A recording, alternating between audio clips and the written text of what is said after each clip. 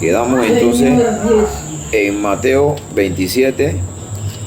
Vamos a leer. Aquí vamos a leer bastante, casi todo el capítulo, casi, pero vamos a ir desglosándolo, porque la clase o el estudio se trata me llamó la atención los últimos días los últimos momentos de Jesús en la tierra, es decir, desde que fue aprendido, desde la traición de Judas, y nos deja una enseñanza bien bonita que si la estudiamos y la profundizamos bastante, aprenderíamos bastante o nos consolidáramos en la base del Evangelio de Cristo.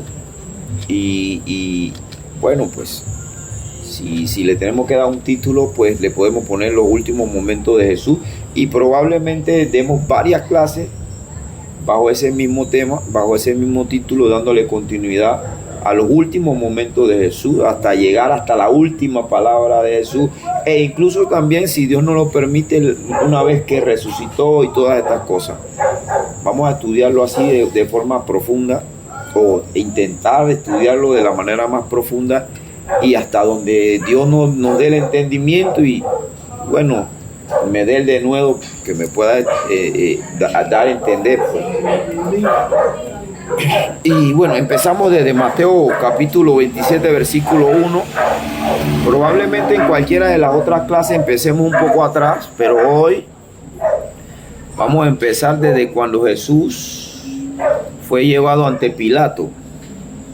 Ya aquí, cuando Jesús fue llevado ante Pilato, ya lo había traicionado Judas, ya Pedro lo había negado.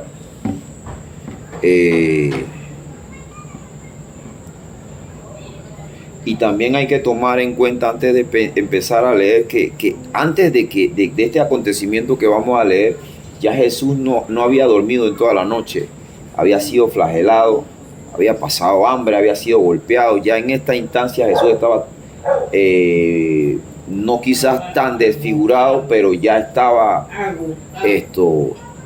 golpeado, estaba debilitado. Y nos vamos a encontrar con una escena en la que dice: venía la mañana, ya en la noche, había sido castigado, había pasado hambre, y dice: venida la mañana, verso 1 del 27. Todos los principales sacerdotes, escuchen, presten atención, vamos a prestarle atención, vamos a leer con entendimiento. Dice: venida la mañana, todos los principales sacerdotes y los ancianos del pueblo entraron en consejo contra Jesús para entregarle a muerte, y le llevaron atado y le entregaron a Poncio Pilato, el gobernador. Vamos a dejarlo ahí y después vamos a ir leyendo y adelantando un poquito. Vamos a analizar un poquito este escenario de quiénes eran los principales sacerdotes. Entre otras cosas, los principales sacerdotes eran los que escogían a los sacerdotes que iban naciendo. En el tiempo de Jesús, o en el Antiguo Testamento, habían principales sacerdotes y habían sacerdotes. Los principales sacerdotes eran los sacerdotes más antiguos, más ancianos, los de la experiencia. Esos sacerdotes que decían, o conforme a las escrituras, cómo iba organizado el templo, cómo se organizaban o se subdividía el templo. Lo que era el lugar santo, que era el lugar hasta donde llegaban los sacerdotes. Más adelante también, quizás en otra de las clases más adelante, vamos a leer en la parte donde dice que cuando Jesús falleció, expiró, el velo se rasgó. Bueno, ese velo, ¿qué significa? ¿Qué era ese velo? Todo eso vamos a estudiarlo.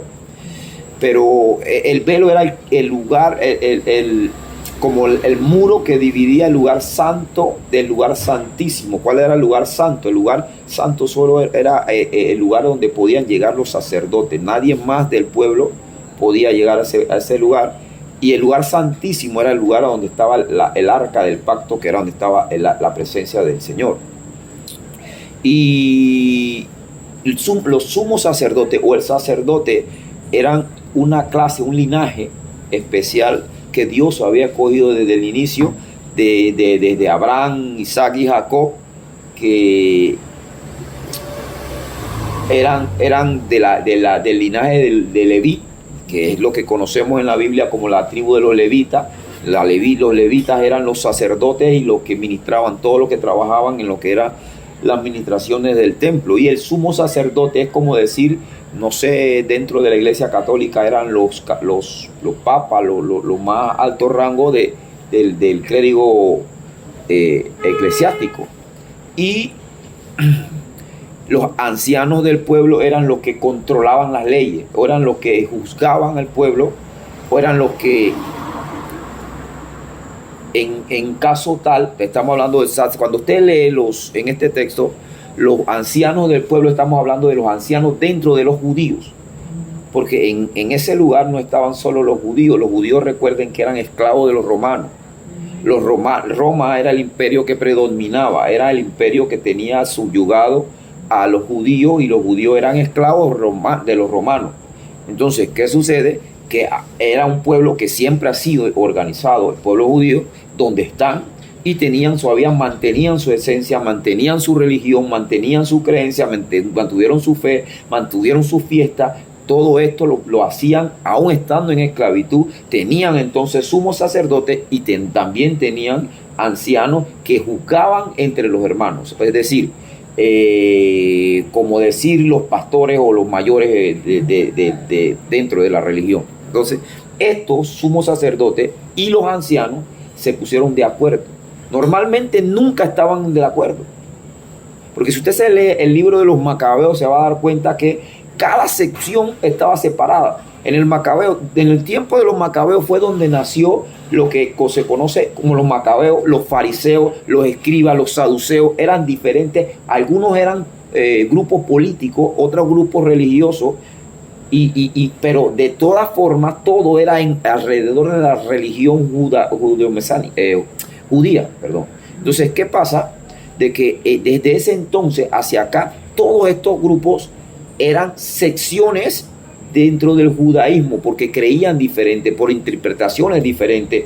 ¿Y qué pasa? De que creían diferentes, y cada sección, los saduceos, los fariseos, los judíos, los ancianos tenían sus líderes. Entonces, los principales líderes del tiempo de Jesús eran los sumos sacerdotes y los ancianos. Ellos nunca estaban de acuerdo. Pero en esta ocasión se reunieron porque tenían que encontrar la forma de justificar la muerte de Jesús. Porque como no tenían evidencia para ellos, en su ley, condenarlo a muerte, decidieron entregarlo al gobernador romano, es decir, a otras leyes, en otra ley de Roma, y por eso llegaron ante Pilato, que era el gobernador de Roma. Entonces, pero solo era para encontrar un causal de muerte a Jesús. Entonces, se lo entregaron a Poncio Pilato, que era el gobernador. Okay. Entonces, a partir de ahí empiezan la trama. No encontraron un causal, sino que también se van a encontrar en otras escrituras que ellos pagaron a personal para que mintieran acerca de Jesús. Entonces nos damos cuenta que la vida de Jesús fue tan intachable que no había forma de encontrar algo de qué señalarlo. Nunca quebrantó la ley, porque Él era la ley. Nunca quebrantó la ley como tal, pero sí las quebrantaba en la forma en cómo la interpretaban los fariseos y los sacerdotes. ¿Por qué? Porque normalmente los sacerdotes y los fariseos interpretaban la ley a veces de forma literal y a veces de la manera en que mejor a ellos les convenía, o mejor le encajaba a ella en su figura de líder eclesiástico. Y es exactamente lo que pasa hoy día. Exactamente lo que pasa hoy día. Entonces, en eso, cada vez que Jesús decía él decía, yo soy el pan de vida, haciendo alusión al maná que comieron en el desierto los judíos. Hoy él decía, yo soy la luz del mundo. Todos estos sacerdotes se crujían los dientes y se enojaban porque ellos entendían que Jesús estaba diciéndole, que estaba diciendo prácticamente, se hacía pasar por Dios al decir eso. Porque el yo soy, único yo soy para el judío era Jehová Dios. De hecho, yo no sé si ustedes recuerdan una escritura cuando Jesús, bueno, lo vienen a arrestar y preguntaron, ¿quién es Jesús? ¿Quién es? Y él dijo, yo soy. ¿Qué le pasó a los soldados que lo vinieron a arrestar? Retrocedieron y se cayeron en tierra. Porque cuando escucharon el yo soy, con tanta autoridad como solo la puede decir Dios, ellos entendieron y sintieron lo que sintieron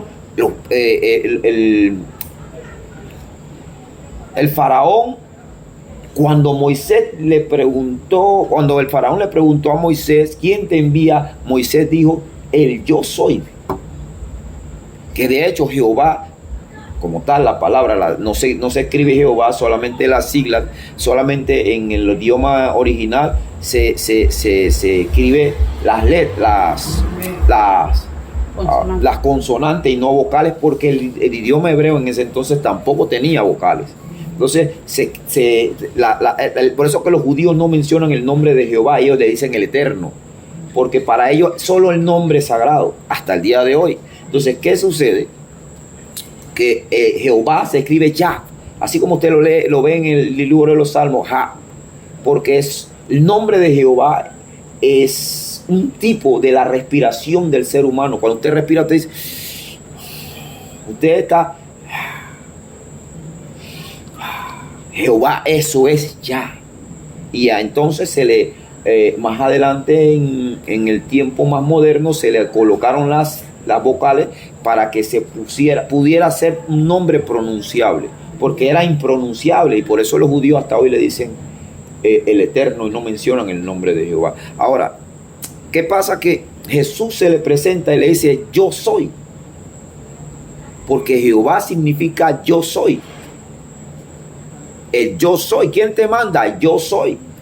Y Jesús se le presenta a los que le iban a arrestar, le dijo yo soy. Ellos retrocedieron y cayeron por la autoridad con la que lo dijo, y les recordó al momento de Moisés. Entonces, ¿qué quiero decirles con todo esto? Que ellos se enojaban tanto cada vez que Jesús decía algo como yo soy la puerta, porque ellos entendían todas estas cosas. Era un lenguaje, un hebreísmo, como decir un panameñismo. Cuando usted escucha a una persona decir aquí enantito, usted dice enantito en cualquier lugar de cualquier país de donde se habla español, no le van a entender, porque eso es un panameñismo, porque eso no existe. Enante, eso no existe. O decir queso pa, usted dice allá y le trae un plato, porque eso no existe. Son panameñismos. Así como a nosotros tenemos panameñismo, los judíos también tenían hebraísmo y decían cosas o usaban palabras que solo entendían ellos como pueblo, así como nosotros lo hacemos. Entonces, ¿qué pasa? Que esto, estoy yendo para todos lados. Ahora, ¿qué pasa? Que entregaron a Jesús a Pilato, para que Pilato encontrara dentro de la ley de Roma, que eran diferentes. No, los judíos tenían su ley, los judíos tenían que someterse a la ley romana, pero aparte de la ley romana, ellos tenían su propia ley, conforme supuestamente ellos a la escritura, a la Torá, que son los 5 primeros libros de nuestra Biblia, ¿verdad? Que son 613 mandamientos en total. Entonces, tantos mandamientos más la ley romana. Ahora, como no encontraron un solo causal dentro de los 613 mandamientos para enjuiciar a muerte a Jesús, dijeron, bueno, hay que buscar allá en Roma, y se lo entregaron a Pilato. Vamos a leer entonces el verso 3 a ver qué pasaba. Mira, en verso 2 me quedé, ¿no? Y le llevaron atado y le entregaron a Poncio Pilato, el gobernante. Ahí ya les dije que ellos no tenían suficiente prueba y tuvieron que entregárselo a Poncio Pilato. Vamos a leer el 3 ahora. Entonces Judas, el que le había entregado, viendo que era condenado, devolvió arrepentido. Preste la atención aquí, que aquí hay mucho material y vamos a aprender algo aquí bastante aquí. Arrepentido las 30 piezas de plata a los principales sacerdotes y los ancianos. Devolvió arrepentido las 30 piezas de plata a los principales sacerdotes y a los ancianos. Es decir, veo que en el verso 1 los sacerdotes y los escribas se habían reunido. Probablemente en esa reunión estuvo Judas acordando cómo le iba a entregar, ¿cierto? Pero también cuando Judas, al entregar a Jesús, Judas a Jesús,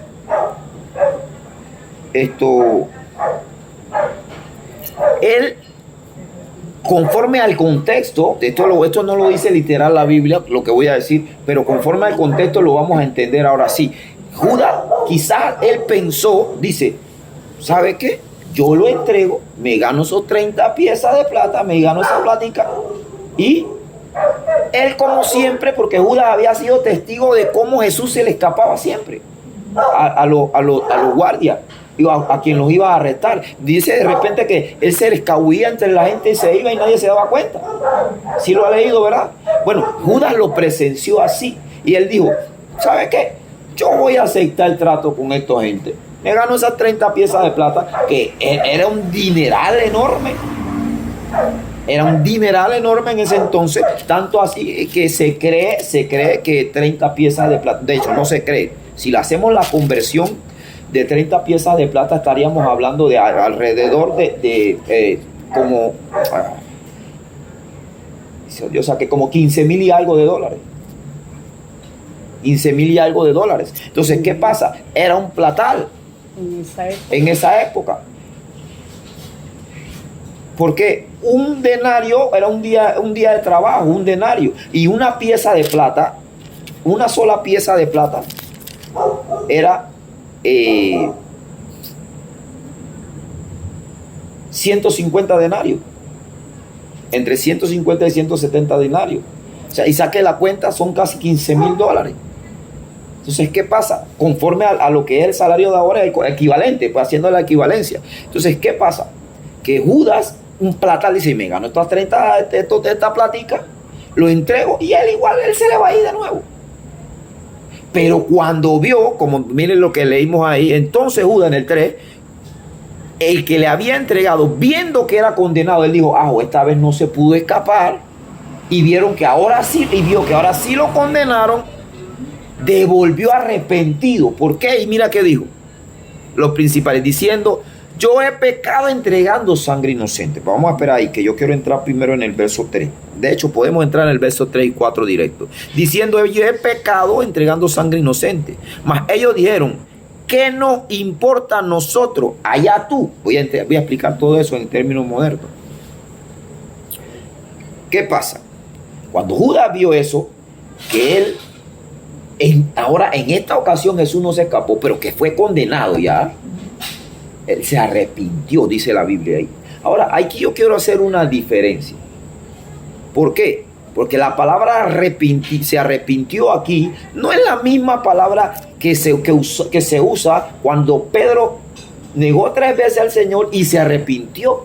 Son 2 palabras diferentes que nosotros entendemos de la misma forma porque ahí está escrita en una misma forma. Arrepintió Judas y allá Pedro se arrepintió. Pero en el griego es un idioma más corto, pero con sus palabras más ricas. Hay muchos diferentes tipos de palabras. Por ejemplo, siempre pongo el ejemplo de la palabra amor. Para nosotros es una misma palabra. Yo amo mi patria. Yo amo mi perro. Yo amo a mi mujer o a mi esposo. Yo amo, usamos la misma palabra, pero en griego no. En griego son 4 tipos diferentes de palabras para un amor. Para yo decir yo amo a Dios es otra palabra que utilizan los griegos. Por ejemplo, para yo decir yo amo a mi mujer o yo amo a mi esposo, utilizo la palabra eros. Es una palabra, es de donde nace la palabra erotismo. Pero si yo digo amo a mi patria, o amo a mi amigo, o amo a mi familia, fileos, un amor filial. si yo digo, bueno, y así, son con 4 diferentes. Pero aquí en la palabra arrepentimiento también pasa lo mismo. La palabra arrepentimiento aquí en la que acabamos de leer en el versículo 3 no es la misma palabra que se encuentra en arrepentimiento en Pedro. La palabra que esto aparece de arrepentimiento en Pedro es la palabra metanoia en griego. Es la palabra metanoia. ¿Qué significa? Es un arrepentimiento desde las entrañas, desde adentro, un arrepentimiento genuino. Entonces, y la palabra arrepentimiento que aparece aquí en el verso 3 es metamelomai, que es una especie de... Siempre olvido esa palabra. Remordimiento. Entonces, aquí la palabra arrepentimiento de Judas no es que él se arrepintió desde su corazón sinceramente, sino fue un remordimiento de ver cómo ya condenaron a muerte al maestro. Entonces él devolvió, y aquí vamos a estudiar bastante porque dice la Biblia, mira que aquí en estos textos la gente que se burla de la Biblia o que los detractores de la Biblia sacan muchas excusas de que la Biblia se contradice. Y aparentemente la Biblia se contradice ahí, pero realmente si la estudias nos vamos a dar cuenta que no se contradice. Por ejemplo, mira lo que dice ahí, que Judas, búscame Hechos 1 por ahí, que Judas, aquí dice en el verso 4 que Judas, en el 3, que Judas devolvió las 30 piezas de plata. Pero en Hechos 1, léete desde el 16. Mira lo que dice Judas desde del Hechos 1, del 16 hasta el 18 por ahí. Varones hermanos, eran necesario que se cumpliese la escritura. Escucha eso, lee un poquito, sube el volumen. En que el Espíritu Santo habló antes por boca de David acerca de Judas, que fue guía de los que prendieron a Jesús, y era contado con nosotros y tenía parte en el ministerio. Sigue. Este pues, con el salario de su iniquidad, adquirió un campo y cayendo de cabeza... Aguante ahí. Mira lo que acá dice en Mateo 3, 27:3, que él devolvió el dinero. Pero acá dice que él con la plata él compró un campo. Parece una contradicción, ¿verdad? Entonces, ¿qué pasó ahí? Que, o sea, la gente no le cogieron la plata, sino... No, sí la cogieron. Sí la cogieron. La devolución. Lo que pasa es, ahora vamos a leer acá, regrésense de nuevo a Mateo 27. Pues le dijo... Ahí, en la misma Biblia está la respuesta. En el verso 6, adelántate hasta el verso 6 y después retrocedemos al 4:9 para aclarar esa aparente contradicción. Verso 6 de Mateo 27, ¿qué dice? Los principales sacerdotes, tomando las piezas de plata, dijeron: no es lícito echarlas en el tesoro de las ofrendas, porque es precio de sangre. Entonces, y después, el 7. Dice, y después de consultar, compraron con ellas el campo del alfarero para sepultar de los extranjeros. Entonces ahora te das cuenta de lo que dijo Hechos 1:18, que con el salario de iniquidad compró el lugar de su sepultura. ¿Quién lo compró? Los sumos sacerdotes. No Judas directamente. Entonces no hay una contradicción, sino que un verso se complementa con el otro. Pero muchos detractores de la Biblia dicen que no, eso es contradicción. Y ahora los voy a poner a que lean bastante porque hay aparentes contradicciones más adelante. Mira, entonces, fíjense en algo. Aquí se confirma la línea de pensamiento anterior de que Judas pensó entregarlo por dinero, porque pensó que Jesús iba a volver a escapar. Pero como vio que no, le remordió la conciencia, regresó el dinero. Fíjense en eso. Y los sacerdotes, ¿qué le dijeron cuando regresó el dinero? ¿Qué nos importa a nosotros? Allá tú. ¿Qué significa eso? ¿Qué significa qué nos importa a nosotros allá tú? Los sumos sacerdotes le están diciendo a Judas, ya que, que tiene el remordimiento, mira, si él es inocente o no, a nosotros no nos importa. Nosotros ya logramos el objetivo que buscábamos, que era condenarlo. Ya ese es problema tuyo. Ve que el diablo le paga mal al que bien le sirve, como dice Cándida 3:4. ¿Ah? El diablo le paga mal al que bien le sirve. Ahora nos damos cuenta de que los sumos sacerdotes, fíjense que estamos hablando de la máxima figura eclesiástica. Miren algo, que aquí voy a detenerme un poquito antes de seguir en el estudio. Fíjense, los sumos sacerdotes no aceptaron el dinero, ustedes leyeron, para echarlo el dinero en las ofrendas de nuevo. ¿Por qué? Porque era dinero de sangre, ¿verdad? Porque ahí estaban cumpliendo la ley a su cabalidad, literalmente. No puedo echarlo porque la ley prohíbe tomar dinero de sangre y echarlo en las ofrendas del templo. Fíjense, ahí están cumpliendo la ley y ellos quieren mostrarse rectos. Eso es exactamente lo que hacen los religiosos y de hoy día también. Como Jesús le dijo, cuelan el mosquito, pero se tragan el camello. Cuelan el mosquito y se tragan el camello. ¿Por qué? No podían aceptar el dinero en la ofrenda. Pero sí se pueden reunir secretamente, inventar mentiras para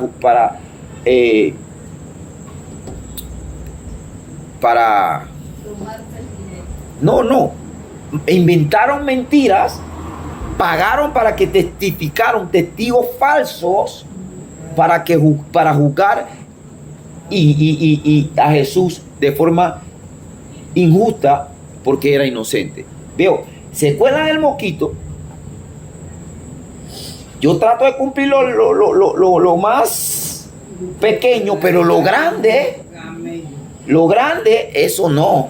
O sea, tú acabas de venir de una reunión a puerta cerrada con el mismo Judas, le estás pagando a Judas. Eso no es pecado. Es pecado es echar dinero de nuevo en la bolsa. Eso no es pecado. Y eso es exactamente lo que hacen los religiosos hoy día. Y fíjense que hay una diferencia entre el religioso y el nacido de nuevo. El religioso es el que tiene que cumplir la ley y tiene que hacer que los demás lo cumplan literalmente. Al religioso no le importa su pecado en el corazón. Al religioso le importa la imagen que brinda. El religioso le importa la falda, el pantalón y el arete, pero no le interesa el corazón negro que tiene. Al religioso le interesa que en la iglesia tú vayas a la iglesia sí o sí, así te vayas, que te tienen que cortar la pata. Porque si tú no vas, estás en pecado. Pero cuando el hijo o la hija, el nieto, el que sea, hace tengo que taparlo a como de lugar. Lo tengo que tapar a como de lugar. O yo mismo, si hago tengo que encubrirlo. Eso es colar el mosquito y tragarse el camello. Eso es colar el mosquito y tragarse el camello. Lo que el otro hace es condenable. No se puede justificar, pero cuando lo hago yo igual o de diferentes maneras, yo lo justifico, no porque es que yo lo hice, porque es que lo que pasa es que yo tenía la razón y no la tengo. Eso es religiosidad. Eso es ser religioso. El nacido de nuevo, ¿sabe qué entiende? Exactamente hace lo mismo. ¿Usted se acuerda de la parábola del fariseo y el publicano? El publicano sí estaba arrepentido. El nacido de nuevo es una persona que está arrepentida, una persona que arrepentida reconoce su pecado, dice, sé propicio a mi pecador, soy pecador, fallé, yo la tengo que pagar, Dios mío, si me tiene que mandar la teja, mándamela, porque la tengo la culpa. Así como David dijo en su momento, sí, soy pecador, pero ten misericordia de mí. En tu juicio, ten misericordia de mí. Pero reconocía su pecado. Eso hace un nacido de nuevo. Reconoce su pecado. El religioso lo justifica. El religioso se mide con el de al lado. Ah, él es más pecador que yo. Ah, yo soy más santo que él. Yo no hago eso. No, yo no. No. Eso hace el religioso. Cuela el mosquito, pero el camello se lo traga. Y eso era en un tiempo de Jesús. Ustedes imaginan este tiempo. Ustedes imaginan en este tiempo cómo está la religiosidad. Que hacen las cosas sencillamente porque tengo que calmar la conciencia. Porque tengo que cumplir. Eso hace religioso. El nacido de nuevo hace las cosas porque ama. Por agradecimiento. Voy a seguir porque es que eso no era. Entonces, en el verso 5 leemos, pues. 27:5 más. Ajá. Mateo 27:5, ¿qué dice? Y arrojando las piezas de plata en el templo, salió y fue y se ahorcó. Bueno, este texto ahí apoya lo que estábamos hablando hace un rato de la diferencia en el arrepentimiento de Judas y el arrepentimiento de Pedro. Porque el arrepentimiento de Pedro, el arrepentimiento de Pedro fue un arrepentimiento que lo llevó a buscar la justificación en Jesús, a buscar el perdón en Jesús. Se arrepintió y él esperó en la misericordia de Dios, en la misericordia de Jesús, se amparó y recibió el perdón a través de Jesús, se confesó su pecado, se arrepintió y fue lavado por Jesús, fue justificado por Jesús. Sin embargo, dice la Biblia que también Judas se arrepintió, pero ya le aclaré que son dos arrepentimientos diferentes. Fue un arrepentimiento de como le dije hace un rato, esa palabra yo no sé por qué tengo problemas con esa palabra. Remordimiento. Fue un remordimiento. Y el remordimiento lo llevó a tomar la justicia por su propia mano. ¿Y qué hizo? Se ahorcó. Él mismo emitió su propio juicio. Él no se arrepintió de este arrepentimiento de que uno cambia. Y ahí está la diferencia hoy día, no sé cuándo, me acuerdo con quién yo hablaba hoy, eso creo contigo. Hablábamos de que hoy día hay muchos cristianos, ahí las iglesias están llenas. Hay mucha gente que están en la iglesia con el arrepentimiento de Judas por remordimiento. O estamos en la iglesia porque necesito que Dios me resuelva el problema en mi casa, o me abra una puerta de yo no sé qué, o me dé. Pero no están porque me arrepentí de la entraña, porque me arrepentí, quiero cambiar de verdad, quiero agradar a Dios y porque quiero amar a Dios y amar a Dios porque Él me amó primero. No, eso no. Entonces en la iglesia hay mucha gente con remordimiento y no con la metanoia, el arrepentimiento real. Y esto hace daño a la iglesia. Hace daño a la iglesia porque son gente no nacida de nuevo. Son gente no nacida de nuevo y dése cuenta que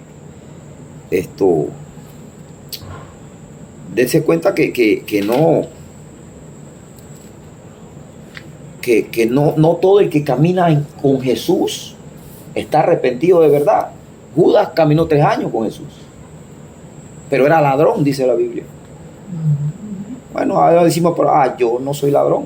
Sí, pero soy mentiroso. No soy ladrón, pero soy un juez, porque emito juicio desde mi mente y en mi corazón contra todo aquel que hace algo malo distinto al malo que yo hago. No soy ladrón, pero soy.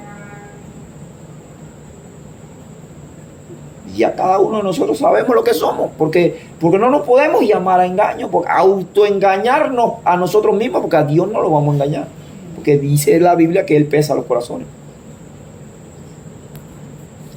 Entonces, pues, no pecamos como Judas, pero somos. Entonces, mire, está la diferencia entre Pedro que se arrepintió y Judas que estaba remordiéndose la vida, la conciencia. Vamos a seguir mejor, vamos a seguir, porque si no, no vamos a acabar nunca. Y el tema es largo. ¿A dónde quedamos? En el 5, ¿verdad? 5 era. Con el 6 y el 7. Vamos a... Ya compraron el terreno y se hicieron paso cultural los extranjeros. Pero fíjense, ajá, como le expliqué, por el cual aquel campo se le fue llamado hasta el día de hoy campo de sangre.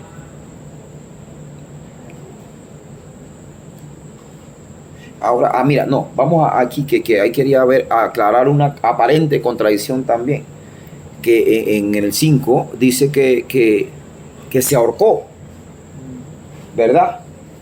Pero si usted se va,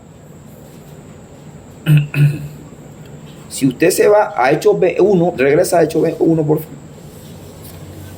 En el verso 21, mira lo que dice. Aquí usted está leyendo en el 5 que se ahorcó, ¿verdad? Lee el Hechos 1:21 que dice. Es necesario, pues, que de estos hombres que han estado juntos con nosotros todo el tiempo que el Señor Jesús entraba y salía entre nosotros. El verso 21 de Hechos 1. Estoy ahí. Hechos 1:21. ¿Ese es el que está leyendo? Sí. 18, 19, pero no me acuerdo cuál es. Lee del 18, ¿cuál? Dice, 18. Este pues, con el salario Ahí está, de su ese, sí. iniquidad, adquirió un campo y cayendo de cabeza se reventó por la mitad y todas sus entrañas se derramaron. Mira lo que dice Hechos 1:18. Que no solamente que él lo compró, cuando ya nos dimos cuenta quién lo compró. Ahora dice aquí que él se partió en dos, se reventó y se le resalieron las entrañas. Pero leímos en Mateo 5, en Mateo 27:5 que se ahorcó. Parece una contradicción ahí también, ¿verdad? O se ahorcó o se reventó en dos. ¿Cuál de las dos? Cuando cayó se reventó. Exactamente, si tenemos, eso es un complemento, no más que una contradicción. Él se ahorcó, la cuerda con la que se ahorcó se reventó, cayó y se partió en dos, se le salieron las entrañas.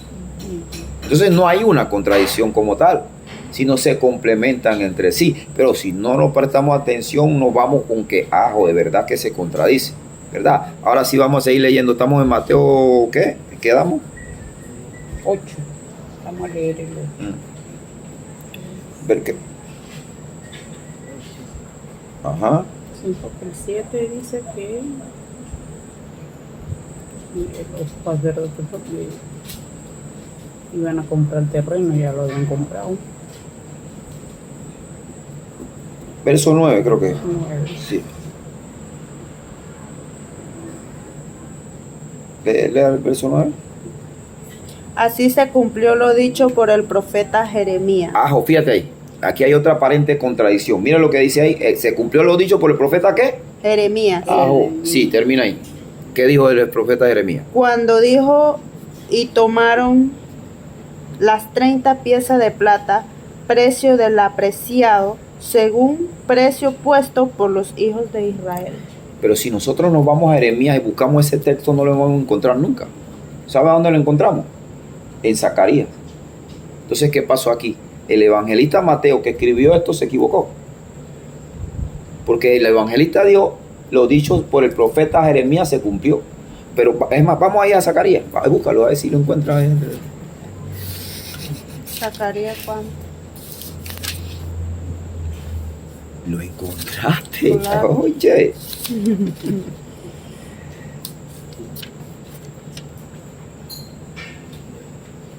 Zacarías, ya. Léelo. ¿Cuánto? Vale, el capítulo 11, versos 12 y 13.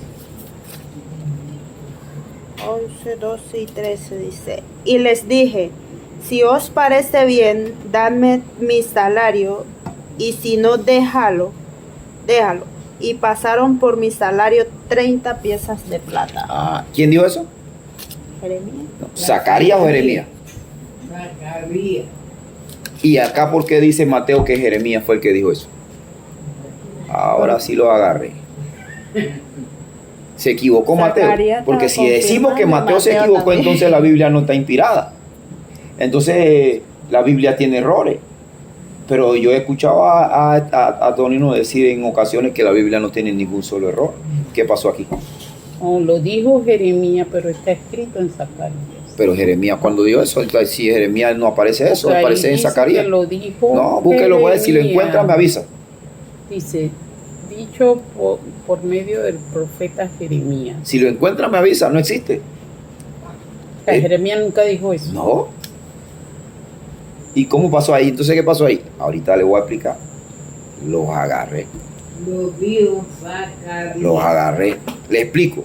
Si le tengo que dar un poquito de contexto histórico. ¿Qué pasó aquí? Recuerden que en 1555 se escribió la primera Biblia. Ajá.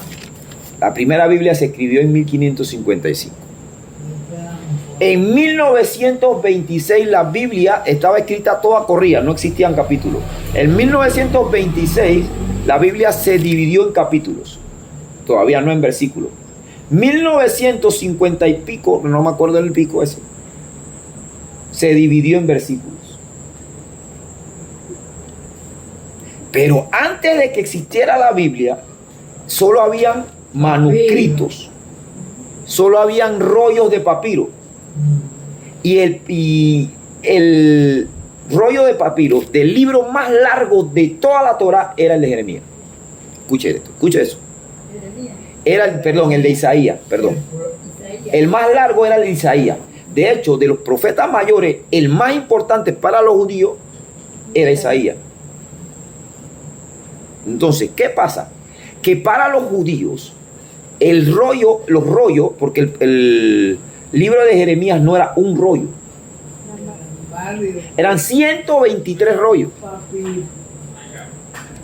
Que el resto de los rollos lo tenían aparte, porque el libro más utilizado, el más estudiado por los judíos, eran Isaías. Entonces, el resto de los rollos de los profetas mayores, ¿cuáles son los otros? Son 4 profetas mayores, ¿verdad? Isaías, Jeremías y ¿quién más? Lo jodí de nuevo. Isaías. Ajá, Ezequiel, ¿y quién era el otro? Jeremías, Ezequiel. ¿Quién? No, No, ese es el profeta menor. Ay. Espérate, déjame Va a buscarlo. Pero ¿para qué me voy Ok. a llamar? Entonces, ¿qué pasa? Si aquí está. Jeremías, un profeta, uno de los que nosotros tenemos como profeta mayor, los rollos de Jeremías estaban juntos con el resto de los rollos de los otros profetas menores. ¿Ok?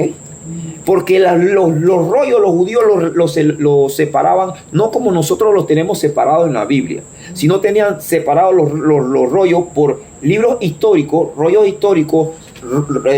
libros de la ley, rollos de la ley, rollos poéticos, que son Salmos, Proverbios, Eclesiastés, todos estaban aparte. Los rollos históricos, Esther, Ruth, estas cosas, y los rollos del profeta eran unos mismos. Entonces, debajo del de Jeremías venían Zacarías, Habacuc, todos estos. Al leer el de Zacarías, los judíos tenían, es decir, déjame cómo le explico. Dios, dame sabiduría, porque la verdad que la mente mía tampoco no da para mucho. Entonces, ¿qué pasa? Cuando usted lee un libro cualquiera, que no sea la Biblia, por de hecho, aquí en la Biblia hay citas, Pablo cita filósofos griegos.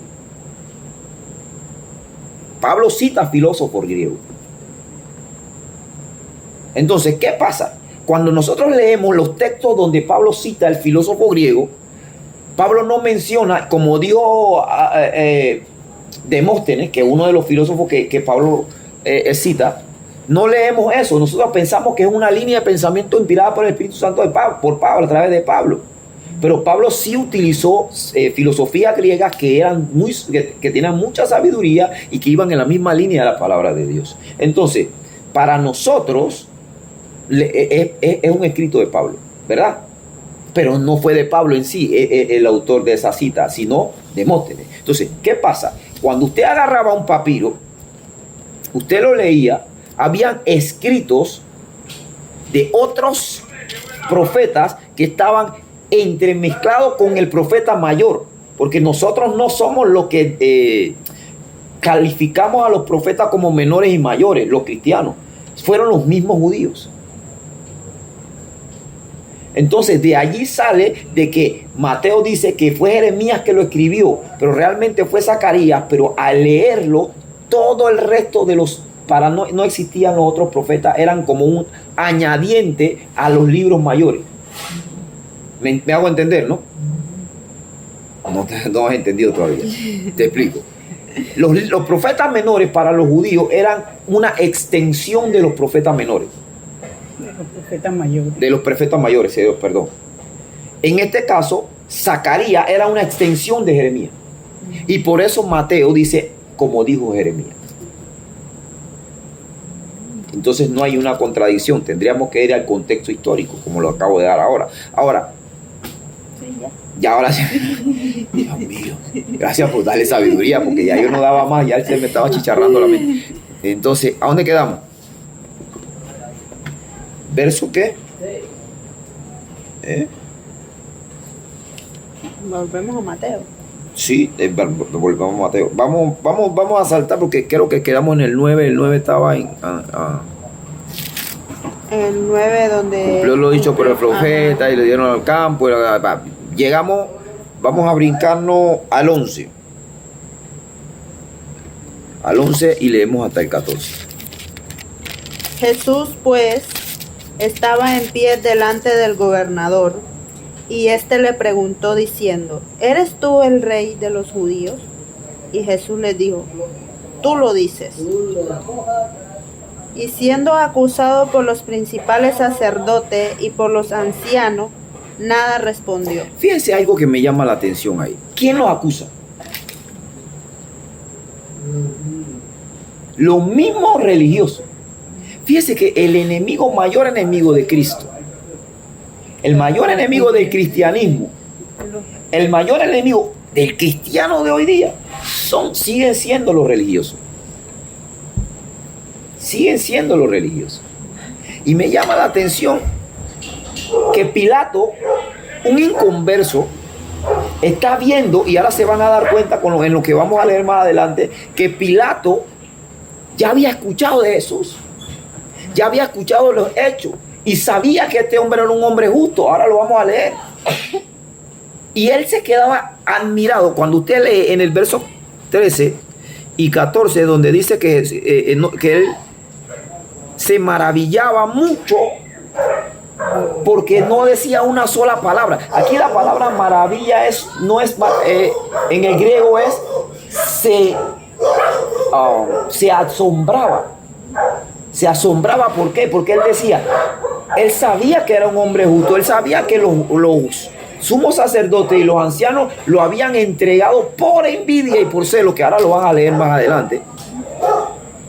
Él sabía que léete el 18 de una vez y después regresamos de nuevo al 15. El 18 que dice, porque sabía, ¿quién sabía? Pilato sabía que por envidia le habían entregado. Entonces, Pilato se maravillaba de que él no decía una palabra sabiendo que él era inocente. Él se extrañaba y decía, wow, ¿cómo este hombre siendo inocente, siendo justo, va a dejar que lo maten? Y no dice ni una palabra para defenderse.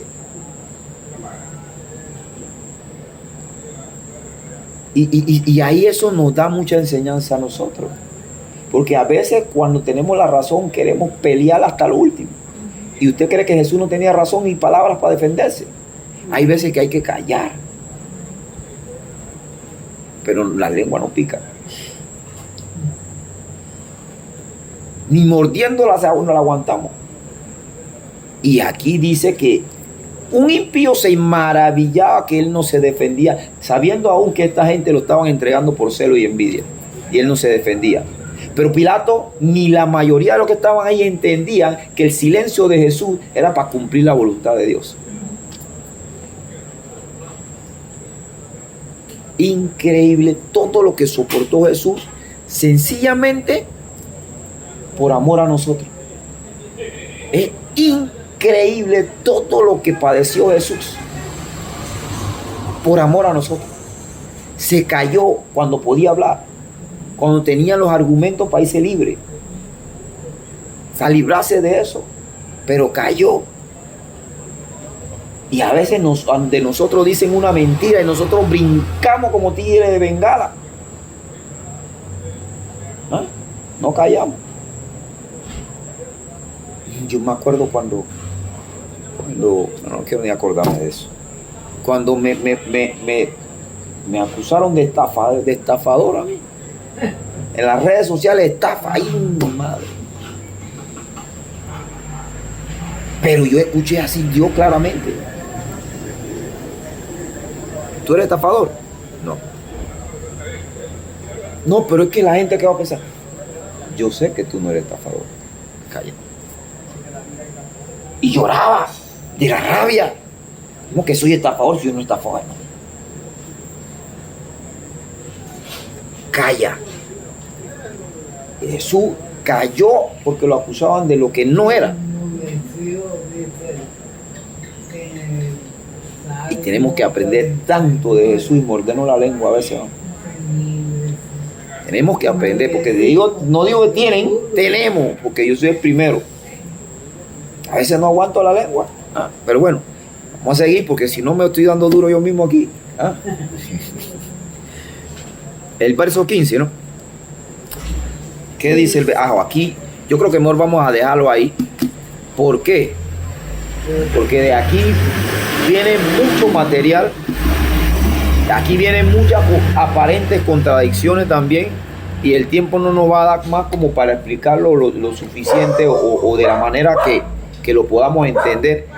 Vamos a poner el dedito ahí, una marca ahí, que quedamos en el verso 15. Y seguimos ese estudio en la próxima semana. Quedamos en Mateo 27:15. Vamos a darle gracias a Dios por la palabra, pues.